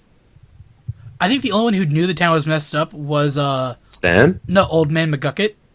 Well, true, and then it became Stan eventually. Well, I think we'll go into this a little bit in a minute, but I think that like Stan's the only one left who knows, and he's been keeping it all a secret. Well, now McGucket knows again. Kind of. He's getting his memories back slowly. Mm-hmm. But But yeah, Bill Cipher, he is a powerful demon that they summoned in that Gideon summoned in one episode. Yep, because he got desperate and wanted the property of the Mystery Shack to try and find the other journals. And Bill Cipher, one of his powers is he can enter the dreams of other people and like remove memories or find like they were trying to find the combination in Grunkle Stan's mind to the safe that had the deed in it. And that's when we were first introduced to him. And of course they stop him. But then the one I like more is the sock opera episode. Yes. Where Bill Cipher takes over Dipper's body to try to get to Mabel and like get information out of her. I thought it was very clever within the puppet is when Dipper took the puppet. Exactly. But can we wait? The play was fantastic. Oh, yeah. Mabel's little sock puppet show to impress that guy was another one of her romance crush people. That show was amazing. The guy that was obsessed with puppets and always had one on each hand, and then he was like making out with them at one point. Yes, like kissing. No, I love the part at the end of that performance after like they had the fight with Bill on stage, and then yeah. Like this is the point where everyone just starts clapping because they thought it was part of the show or whatever, and then they all just start leaving. That was horrible. You really lost us in that second act, Mabel. You really lost us. Yeah, that was actually really good. I love that big lumberjack, man. Oh, Wendy's father? Yeah. Yeah, he's great. When they first showed him and the sons in that little kayak, and then it was beating up the fish, it was like, dead. He was putting the fish in like a headlock. Again, the characters really make up this show. Like, they're all so like memorable. Yeah. Like, we have like Lady Susan with the messed up eye. What do you mean Lady? It's Lazy Susan. What'd I say, Lady? Yeah. Oh, Lazy Susan. Lazy Susan, who... Yeah. She doesn't even have a lazy eye. It just doesn't. Her eyelid won't. No, her eyelid won't go up. Her eyelid is lazy, and it's like a glass eye too. Where it like rolls around in her head a little bit. Oh man, she couldn't get that pie machine to work. I don't know, but okay. When they showed Stan and Susan's date, that memory clip, or whatever. He's like, oh my god, I gotta get out of here. And then he just stands up. I forget exactly what he says. He just, like, leaves. Honestly, that was one of those moments where I, like, in my head, I'm like, I feel like I could have this happen to me. Or maybe it has happened. Like, I don't know. I don't know. I thought it was hilarious because it was so like one of those relatable moments of like a thought that would go in your head or something. Just some of Stan's one-liners are so good. Just like his like blatant like shit, you're right. Like he's the most crotchety old man, and I love it so much. I think he's fantastic. Yeah. So we keep getting off topic though, because I love all these different characters, and every time you mention one, I'm like, oh yeah. Wait. Oh, can we talk about Robbie? Oh, Wendy's on and off again boyfriend. And then his parents that run the funeral home. Yes. They're super happy about it. And then, Mabel came over to their house at one point. She was wearing a whole fancy sweater, I think. And then she goes upstairs to Robbie or whatever. And then the parents start joking, hey, that's a great sweater or whatever. We should put one on Mrs. like some old lady that died. Yeah. I don't know. It was really good. And did you see though that their table was made up of a guy in a coffin? Yeah, with a glass top? I saw the casket. Yeah. Yeah. And then, but they served Robbie with spaghetti meatballs with a smiley face on it. But I think that joke's been done before of like the super happy parents and then like the goth emo like child. Yeah, but I don't know. They pulled it off well. Yeah. I liked it. I like the episode where with Robbie it's the Street Fighter episode. Yeah, I knew you would like that. The video game stuff, man. Because there's so many video game references in that episode. Oh yeah. And he killed your father? I lied. He didn't kill my father. Then who did? No one. My father's alive. I lied to you. You lied to me? You are the enemy. Exactly. Round 1. Fight. Do you want to... no, it was like the start thing, and he presses it. Yeah. I was like, oh, man. I would love to press that button, man. That seemed cool. But all right, let's talk about like a little bit of the like actual plot line of the show. Okay, in the very first episode of Gravity Falls, Dipper is he just like driving like a golf cart and he hits that tree? That's what almost made me not like the show, because they did one of those stereotypical in danger and then wait, how did we get here? And then they go back. I don't know, for some reason that always bothers me. Oh, where it shows you what the danger is, and then it like rewinds the episode. Okay. Oh, I don't know why I don't like that tactic. It just really bothers me for some reason. But yeah. Anyway, so yeah, it starts off and it basically turns into this whole gnome thing, and you start thinking. No, we're not talking about the gnomes. Why? That's the first episode. We're talking about the journal. Yeah, well, part of it is the gnomes, and it is explained. He knocks down a fake tree, like it's like a metal tree with a hinge attached to it, and he finds a journal with the number 1 written on it. Yeah. And inside the journal is all these, like... information about different creatures and supernatural things. Yeah. So in the first episode, like you were saying, he thinks that Mabel's dating a zombie because all the signs point to a zombie, but then there's also gnomes in the book as well, which it turns out that's what it ends up being. And they didn't have a weakness written down in the thing. Exactly. Which is really cool for continuity-wise, that then once he beat the gnomes, he wrote it, because it was Leaf Blower, and he wrote Leaf Blower, but also later on, when he's been flipping through the book a million times, if you look, it had Leaf Blower on it still, which I thought was very nice for consistency. That's very cool. So yeah, but like, so this journal, it's written by someone named the author. Like we don't know the name of the person. Yes, it's just like some guy's journals that he's been writing as he's been discovering what's going on in the town. So there's no real authorship. It's just kind of it's not like an encyclopedia. Like it's very like sloppy written, like handwriting, little drawings, stuff like that. And that's how Dipper finds out most of the things that are happening in Gravity Falls. It's also important that it's labeled with a number 3 on it. So it's this whole ongoing, like, is his number, there more? Does he have number 3? I forget who has who. I'm 100% sure. Okay. Which one did Gideon have? 2. Gideon had 2. And Stan had 1. Yeah. So I guess we should talk about that. Well, let's talk about the journals. Yeah. So Dipper has the number 3 journal, and that's like kind of like the basis of how everything goes in the first season. It's like, okay, here's a creature, look up in the journal, let's fight it, or let's do something about it, yada yada. And when season 2 starts, they start looking more and more into the journals, because at the end of season 1, it's revealed that Gideon has a journal too. And that Gideon was trying to get Dipper's journal, as well as he thought the last journal was in the mystery house somewhere. The mystery shack. Yep. So as soon as Dipper finds out there's more journals, that means that there's something bigger going on here. And he starts realizing like there's hidden messages in the journal that you can only see with like black light and stuff like that.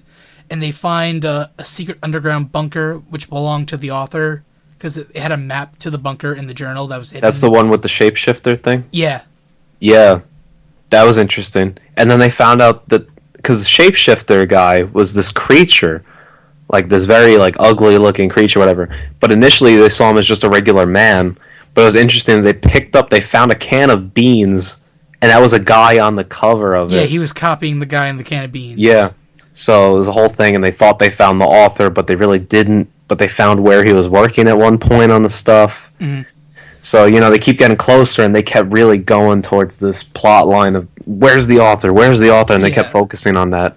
I thought they did a really nice job of doing that, and they kept true to it while mixing in all the funny stuff that we've been mentioning and whatnot. It's the same thing with Adventure Time. Adventure Time is a really funny show, but they have a really good lore hidden in the background. Yeah. But now going back into that very first episode, at the end of the episode, the very last bit, we see Uncle Stan type in a combination into, like, let's say, what is it? What do you call those machines? It's a vending machine. Yeah, a vending machine. I don't know, I can think of it. What do you call those machines where you buy stuff and it's almost like you're a vendor? What are those things called? No, so he types in a code into the vending machine, and it opens up a secret door, and he goes down into the basement. And they didn't address that at all for pretty much the entire season until... Okay, so what would your guess have been when initially watching this? I had no idea. Really? When I saw that, knowing how I saw Stan and everything, I thought it was so reminiscent of the grandpa from Hey Arnold with the secret bathroom that was within the closet. And he goes down that elaborate whole staircase that no one ever knew about. And I was like, no way, that's going to turn out to be the greatest bathroom of all time. And he's got this like man cave down there. I was like, that's going to be awesome. Well, I knew it had to do something like, it'd have to be more serious than that. No, man. Something no. I was really hoping to be a bathroom. No. I want one like that, man. I'm going to make that in my house one day. I know you are. You want to come over? I won't tell you where it is. Maybe. You'll be like, I have to go. I don't accept this quality of bathroom. It's like the regular one. You like dig through my house. But okay, so fine. So it was more clever than the bathroom. Yeah. But anyway, it shows him going down there, and they don't address that at all until I think it's the season 1 finale. Or no, it's the season 2 mid-season finale where he asks Seuss to guard that door. With his life. Yeah. But so at the end of season 1, when he sees that Dipper has a journal and Little Gideon has one, he immediately takes both of them, and we see him go down into that like hidden door, and he has the first journal. Yep. And with all 3 journals, he's able to like piece together this like map. Yeah, there's like a weird like a layout plan of this machine, like a schematic almost kind of thing. Yep. And he gets the 3 journals, makes a copy of Dipper's so he can give it back to him. Yeah. And then he activates this machine, and we don't see what it does. It turns on, and it needs time to charge, or like we don't know exactly what it's doing yet. Well, I mean, as we're watching it, we know what we do once we see the final episode. But so that's really interesting. And Stan is not the author. Like, it's not like this is not his like thing. Like, these journals all belong to the author, who is not Stan. Yep. We also learned back in the bunker episode, there was a character who was reoccurring throughout the entire first season, Old Man McGucket, who was just this crazy old... I love that guy. Apparently he married a raccoon. Yeah.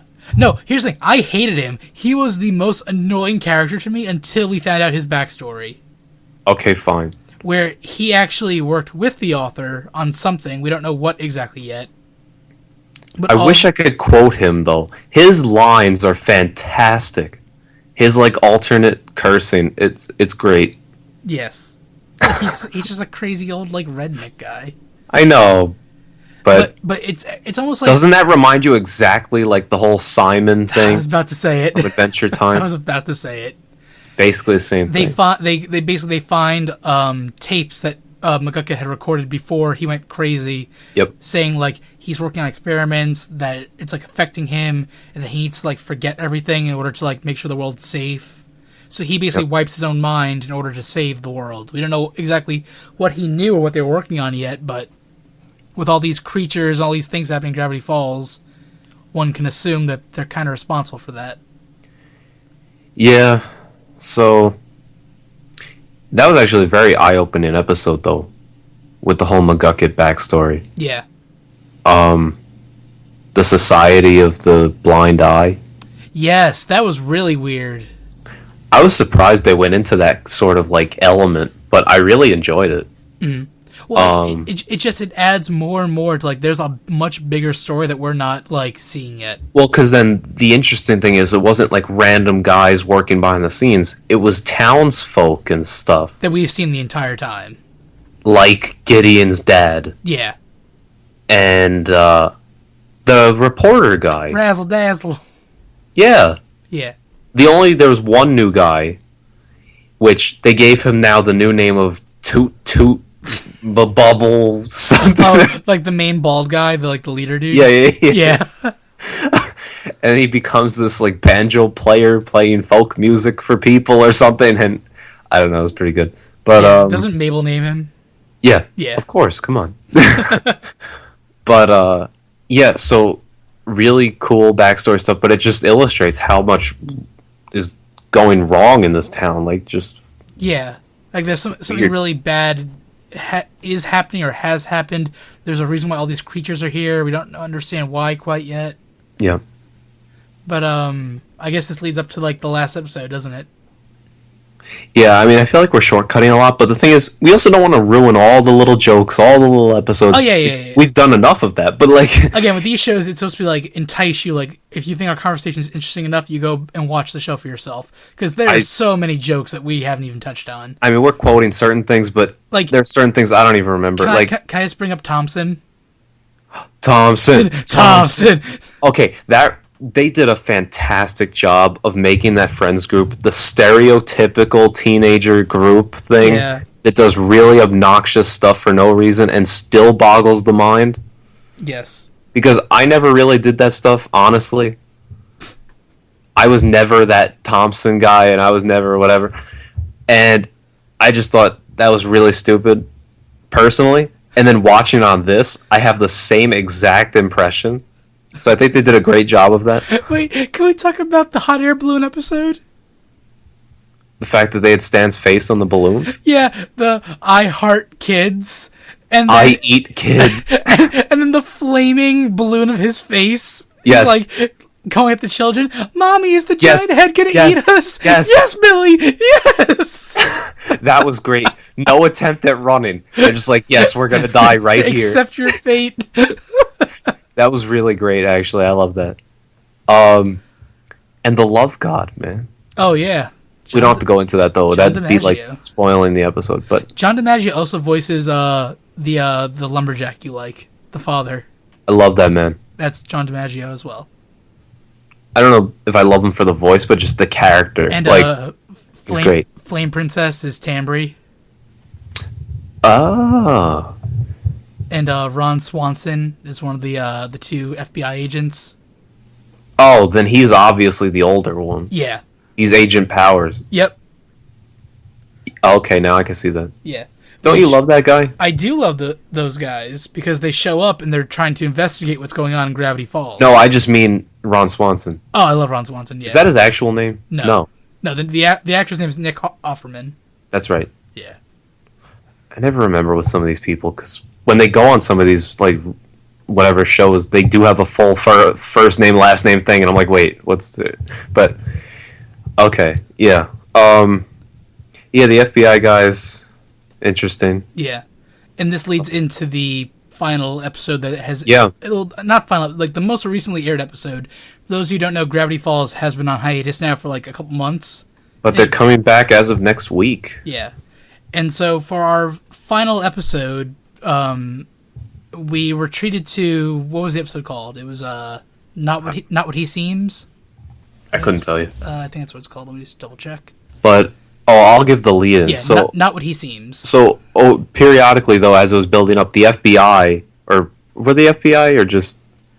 There's some kind of, like, special FBI. All right. But, or they always just refer to them as the government, or whatever. They've been periodically, like, getting more onto the fact that there's something happening here. So, all of a sudden, it really builds up to where they just... I think from the outset of the episode, they arrest Stan. Well, what happened was, throughout the entire season, Stan's been charging that machine in the basement. Oh, well, yes. And finally... Because he, as we were saying before, he put together that schematic, the blueprint, because he got all 3 books, and he's been charging this machine, and it takes time, and you see, like, these little clips of, like, come on, I know, this is important, whatever, him sitting there late at night. And, like, he's looking at pictures of, like, Mabel and Dipper, and, like, this is for you kids. Like, it's, like, you can't tell what he's doing. It's really, like, ambiguous. That's the thing. So you can't say, oh, he's got great intentions, he's got evil intentions. Like, you're not really sure. Yeah. And then all these gravity anomalies in Gravity Falls. That was interesting. They start happening, and the government pinpoints the location to the Mystery Shack. Yep. And it's like, okay, we know something's up with Stan Pines, and they start going into all his history, and it's not actually his real name apparently. Well, that was the twins doing that.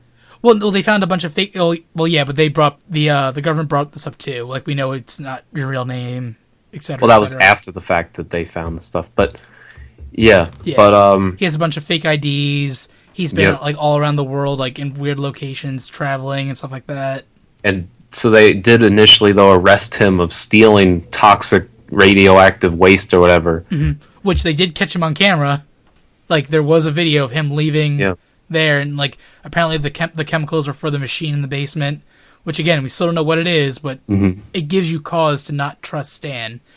And Dipper and Mabel do go through like not like a crisis, but they do like they realize they have no idea who their grunkle Stan really is. Yeah, which I mean, I would think that's sort of alarming because then they directly ask the question of, wait, who have we been living with for the past summer or whatever? Yeah. Because that's concerning, I would think, right? But and it basically it builds up to the fact where they realize that there's something in the basement. Seuss is sent to like guard the vending machine. They eventually get the combination, go into the vending machine, and they go down to the basement. And Stan breaks out of the FBI's or the government's like holding cell, and gets back to the mystery shack just in time, as the machine's about ready to go off. Yes. You okay there? No. What's wrong? Nothing. Anyway. Yeah. Yeah. So Stan gets to the shack. The machine's fully charged up. The anomalies are like happening all over the place. Everyone's like flying around, like something's happening. And refresh me if I'm wrong. Mabel's right by the button, right? Mm-hmm. And it becomes where they were fighting because Dipper was going to press it, and Stan's like, no, and Seuss was in between, and the next thing you know, all three of them get pushed by the anomaly that happens by the gravity shifting and whatever. They're all up against the wall. Mabel ends up right next to the button, is gonna press it. Dipper thinks Stan is using it for evil purposes because they don't know who he is anymore, and McGucket, through his memories, is like, warning them, and I don't know. So it turns into this whole press it, don't press it, press it, don't press it, and she sits there. And Mabel decides to trust Stan. Yeah, it's this whole dramatic moment. Honestly, I thought she was just going to stop it. It was kind of beautiful with the way they shot it, to like her outlined against like the glow of the machine in the background. Mm-hmm. Yeah, I just really. Did you think she was going to press it or no? Because like Mabel and Stan get along together really well. Yeah. So I felt like she was going to do it, even though like it's like, okay, we can't really trust you. I feel like she does trust him enough where she was going to do it. I don't know. I really had a feeling that she was going to press it, and then there'd be some whole argument and whatever, but... Well, she does end up pressing the button. Yes. There's a giant flash of light, everything stops, and then suddenly a man walks out of the portal that the machine created. Of what looks like it was on the moon or something, honestly. Yeah, it was something weird. And the man comes out, and he has 6 fingers, which on each of the journals where the number is, it's a hand with 6 fingers. It's just a handprint, basically. So the man who comes out the portal is the author, and he's wrapped in like a black like cloak kind of thing. Yeah, man, Assassin's Creed style. And then he removes the cloak. And he looks just like... Grunkle Stan. Yeah, and it's like, wait, what? Honestly, I thought that was him traveling back from the future or something. Yes, that would have been my first guess too, probably. Which I guess that would have been underwhelming, because if you knew that the future guys had that time tape measure thing, then it's like, why would you put together an entire thing like that? Mm-hmm. So, well, now let's discuss about this. So this is Stan's twin brother. Yes. Because as soon as the episode, like, as soon as we see that it's him, the episode cuts short right there, and then we're treated to 2 little Stans, like, on a swing set. That seemed like an opening to a horror film. Well, just the fact that nothing happened. It was completely silent, and they're just on the swing Nothing set. happened. There was, like, no music. Just very low sound of, like, them swinging. And looking out at the ocean. Honestly, that could have been an intro to a horror film. Yeah, absolutely. Because there have been very similar openings. I don't know if you've seen some of these, like, old... No, I know what you're talking about. Japanese horror films. Yes, like The Host. Older. I don't remember the names. But there was, like, 2 little girls just playing next to some house on the countryside, and one was near the ocean at one point in one of these movies. And I don't know. It brought back memories. I'm like, oh, dear God. But... I was like, wait, they wouldn't scare me. It's Disney. Mm-hmm. But maybe, I don't know. But yeah. So give me your thoughts on this, on the author. we still don't know a name. The next episode coming out is called A Tale of Two Stans. So the theory right now that it's Stanford and Stanley. Yeah. And that Grunkle Stan is actually Stan Lee, not Stanford. And Stanford's the brother. And that Grunkle Stan took his identity. Oh. But that way he's still Grunkle Stan. True. Interesting. And we know Gideon hates Stanford. Is the Stanford he hates actually... Like, it probably wouldn't make sense because Well, he hates him for the area and the journal and whatever. Yeah. Well, the author disappeared back in 1982, so Gideon probably wasn't even born back then. But maybe his dad secretly hates him. Maybe. No, I don't think so. But, so you're asking thoughts on the author and where they're going. Yeah, like, who is he? What do you think, like, from everything that we know, what do you think is going on with him? I think he's going to be, honestly, one of those stereotypical warning of the future kind of guys and something. I don't think he's going to be a permanent fixture. He's more of a temporary. I'm not really sure, because after that little outro kind of thing we were just talking about with them on the swings, I feel like they're not exactly like the greatest of brothers, like relationship wise. Well, you gotta start asking questions like, where is he coming from? So he was obviously, well, that's the thing. It seems like he was trapped in like another dimension. Yeah, that's why I said he's probably going to come in warning about something, and he's going to end up going back to wherever he came from. I think we'll see a flashback episode. We'll see Stanford and Stanley with McGucket, like in like the lab working together, and then like Grunkle Stan does something that actually gets his brother sucked into the portal, and like disappears for so long. That would be interesting. And then, yeah, you wonder then, what was this portal really supposed to do? Is it only... Yeah, was this machine purely to just get his brother back from wherever he was trapped in, or... Because initially, what the whole thing was warning about is that this machine was supposed to bring knowledge, but it ended up bringing basically, like, destruction. Well, if you think if it brought back his brother is the author, so that is kind of knowledge. Yeah, but then it's really not knowledge. So you're wondering what's going to happen here. Like, there's something that's obviously going to go wrong. I would think they've set up this giant, like, it's a very good mystery, actually. Hey, well, that's the theme of the whole show. Well, yeah. But yeah, that's the thing, because I think it can go in so many directions. Mm-hmm. So we're merely just speculating, like tons of. I do think though that he will be a permanent character. I just don't think so. But I think you're going to start seeing Dipper team up with the author, and Mabel team up with Grunkle Stan. I think it's going to be a lot of, like, Dipper not liking Stan for a long time and only siding with the author. And then I feel like the author is going to turn on them at the end. And, like, Dipper's going to be like, what are you doing? Like, we're family. You can't, like, do that. And it's like, you know how long he trapped me in that portal? Kind of, like, I think it's going to turn at some point. Oh, so you're thinking American Dad with the father that broke out of jail? Yes. Yes. I mean, that's sort of stereotypical. I'm hoping it doesn't happen like that, but I could see it. Mm-hmm. And, like, other interesting things we've seen. Like, we've seen in the past images of who we think is Grunkle Stan, but it could be this twin brother. Because there's the episode where they have the time travel tape. And they go back to where the shack will be one day, and it's a little log cabin in the middle of the winter.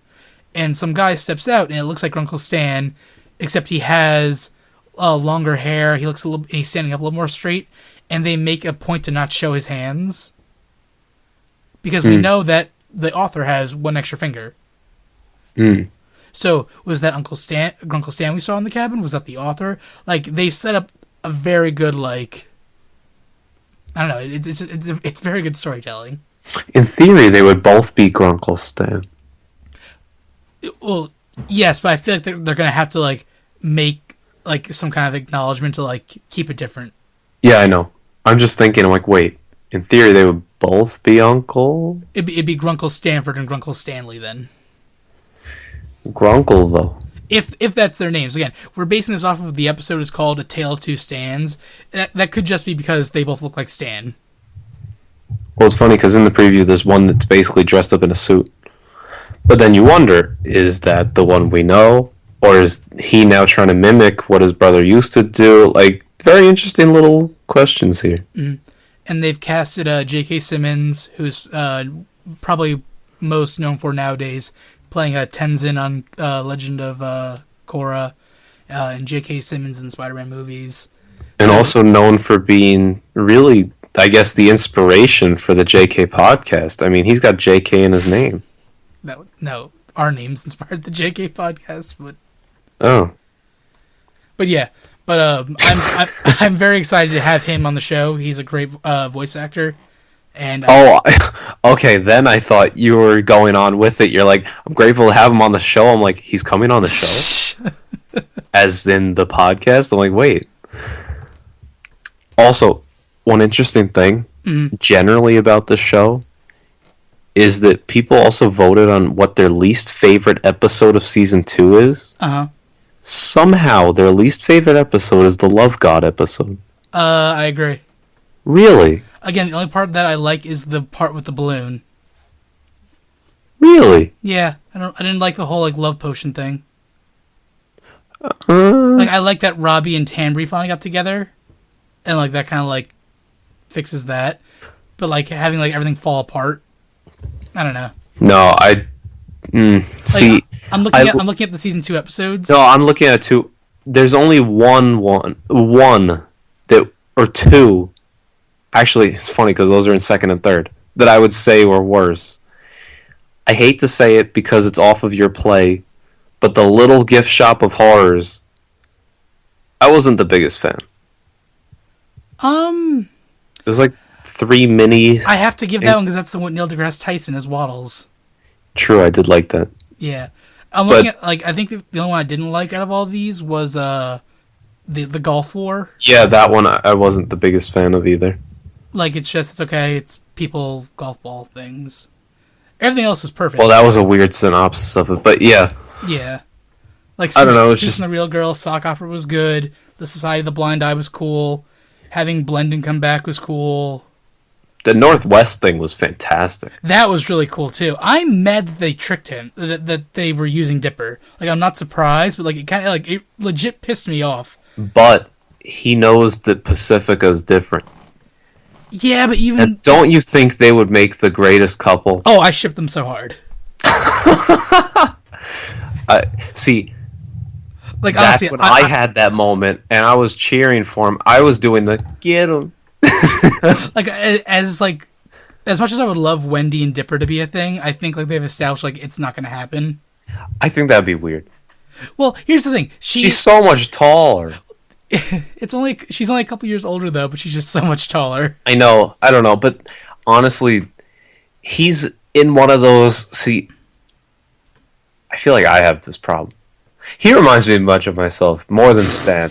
Every character reminds you of you, Josh. They do, because what was it? The episode with the dance party with Seuss being the DJ, which by the way, that was great. The lightning sound effect.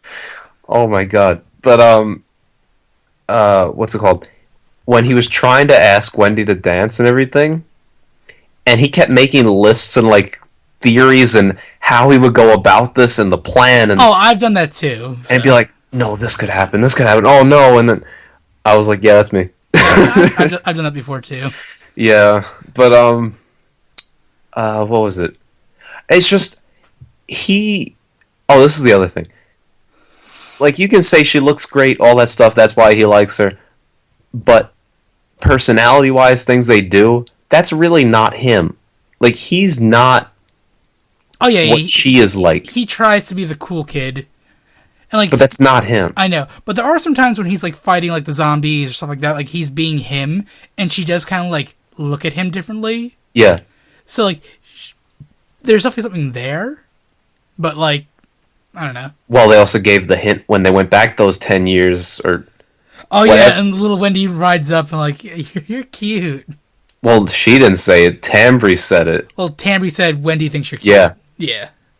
But, and then he's like, well... That reaction, I was like, oh, it's such a real reaction, too. It's great. But yes, I don't know. I just don't think they actually match up too well.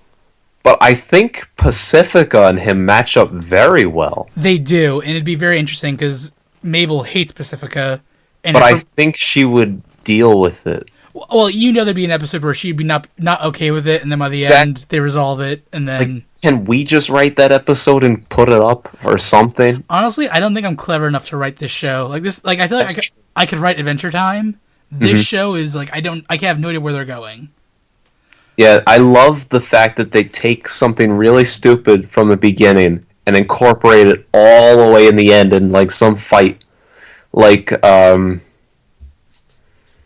don't know, even the karaoke machine with the little confetti gun and stuff in that one episode. Mm-hmm. She uses the confetti gun as one of the things to hit away one of the zombies. Like, I don't know, just these little things that they come back and they're still relevant. Yeah, and again, the show's very good with that. Again, I have no idea where it's going. Like, I could like when Adventure Time, when we talked about that, I'm like, oh yeah, we have the comet coming. This has to happen, and you see this.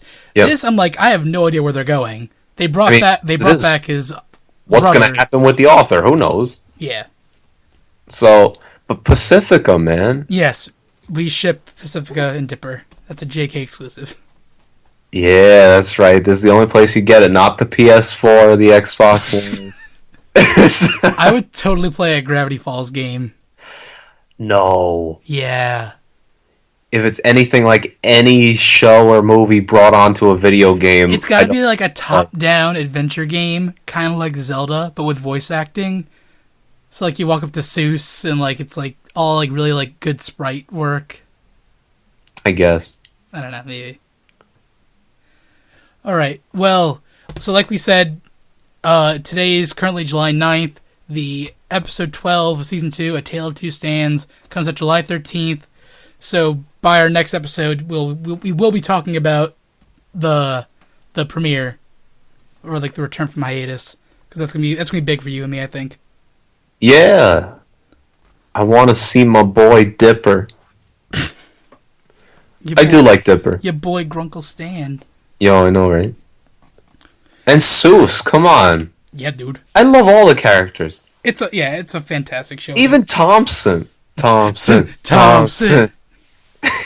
I can't believe he actually licked that.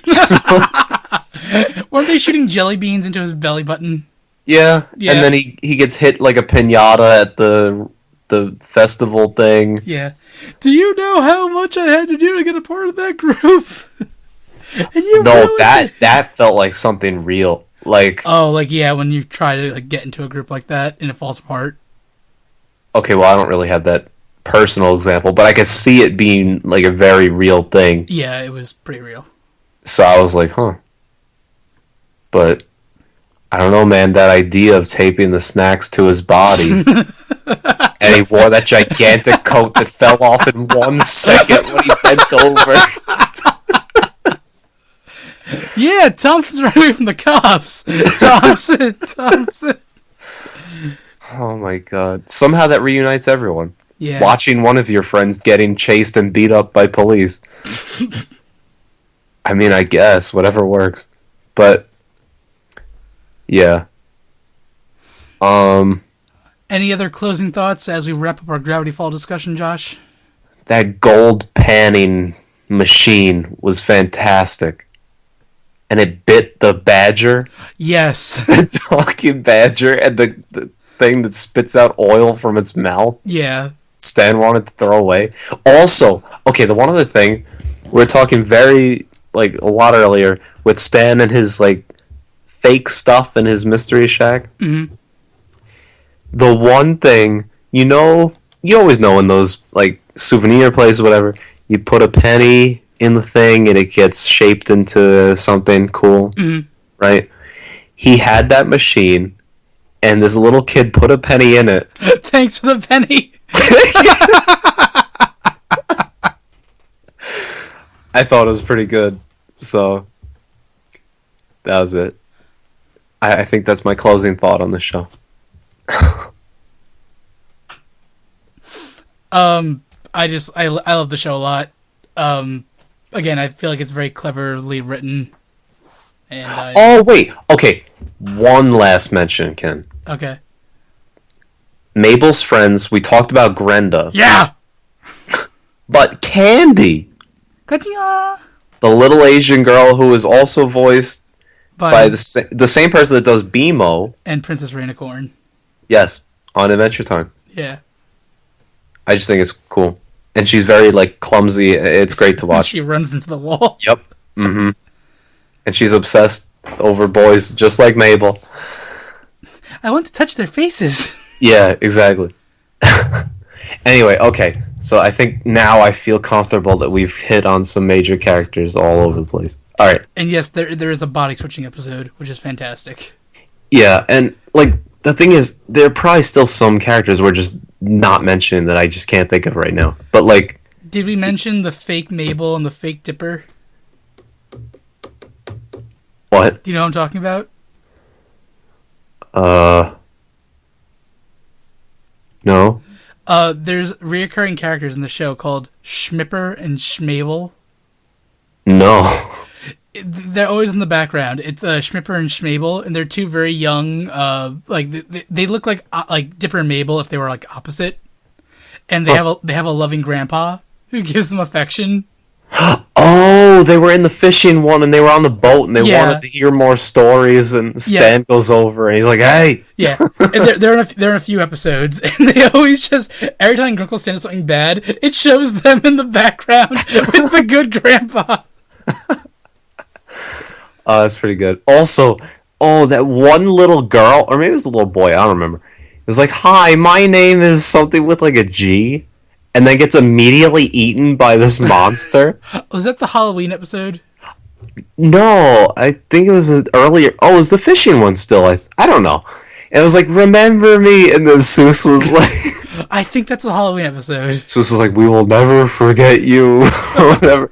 And then, like, he or she, I really don't know, then comes back alive at the end and whatever. Oh, it's good. I don't know. I just got that the guy, the Gravity Falls Gosper, his name is Toby Determined. Like, to be determined. Oh. That's clever. Wow. Wow, they just slipped that one by. Yeah. Jeez, that was pretty good. Yeah. By the way, also, Ken, as an indicator of how long we've been talking on this, when I started the intro, I said 4 days, 21 hours, and technically they were like 40 minutes or something. There's 4 days, 20 hours now, even. Nice. So... Is that our sign that we should wrap it up here and just wait for the countdown to end? 420, blaze it. I don't know. I don't do that. I don't encourage that. I'm saving that sound clip and giving that to Pete. I've said that in front of him before. It's like a joke, I think. Yeah. But anyway, so that's Gravity Falls. It's a Disney show. You can find it on Disney Channel or Disney XD. Surprisingly very good for a Disney. Yeah, it's really like there's so much like crap on Disney Channel nowadays. Like this, it's almost like Cartoon Network was like, we have a lot of good shows recently, so Disney, you want this one? Disney's like, yeah, okay. That's kind of what it is. It stands out to me. I think it's a great show. I think everyone should watch it. Fantastic plotline, fantastic jokes, a lot of different pop culture references. They have Waddles. They have Neil deGrasse Tyson voicing Waddles at one point when he becomes super smart and starts running around in like a Stephen Hawking-like vehicle. Mm-hmm. Great plot line. It's for all ages, honestly. It looks like a little cartoon thing. It's like, but it's really good. Yeah, it's great. I think that's it. Hopefully we did it justice by talking about it a lot and describe different people. It's only a season and a half out so far. The first season was 20 episodes, and they're only, I think 11 episodes into the new season. But I feel like there have been so many good moments already. There really is. Again, if we go episode by episode, we could pick out so much stuff, but it's a jam-packed show. We'd also be here for triple the time. So our new podcast, the Gravity Falls cast thing. See, that's always my job to come up with something. Shack buddies. Roof shopping cart. Shack buddies. Shack buddy roof. The Little Gideon fan club shack. Little Gideon. Little Gideon shop. Oh my! I gotta watch a clip of him now, but All right. Well, I think we should go watch Little Gideon, so we should wrap up the show here. Everyone else should watch Little Gideon because he's watching you. All right. Stanford. Anyway. Thank you all for listening to the JK podcast. Our next episode will probably just be a normal episode. We like doing like these like long TV show discussions, but we like to keep it balanced. So probably go back to normal like talk next time. That, and also we don't have an idea for the next show. So by next episode we should have both Steven Universe and Gravity Falls stuff to talk about. Okay, but I mean, also I think we stated last time, if anyone has a recommendation for a show that you would like to see us talk about or hear us talk about, feel free to leave a comment somewhere, anywhere. I don't know if you could do anything with iTunes and podcasts.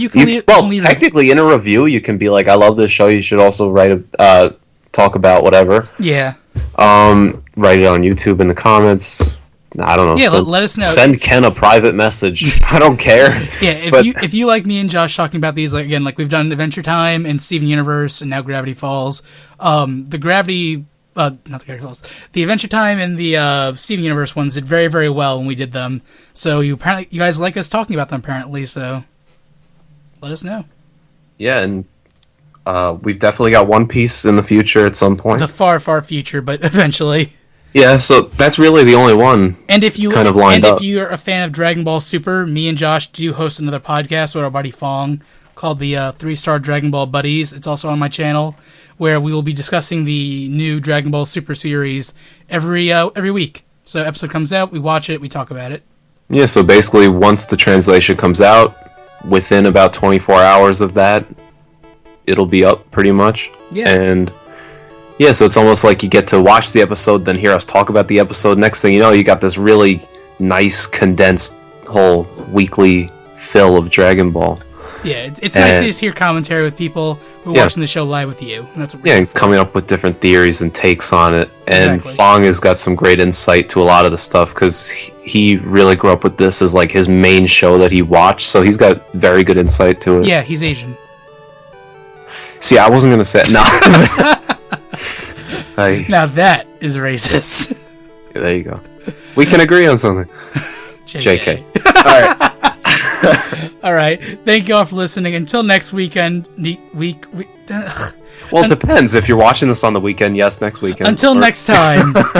Until next time. I've been Ken. And I'm Josh. See you guys in the next one.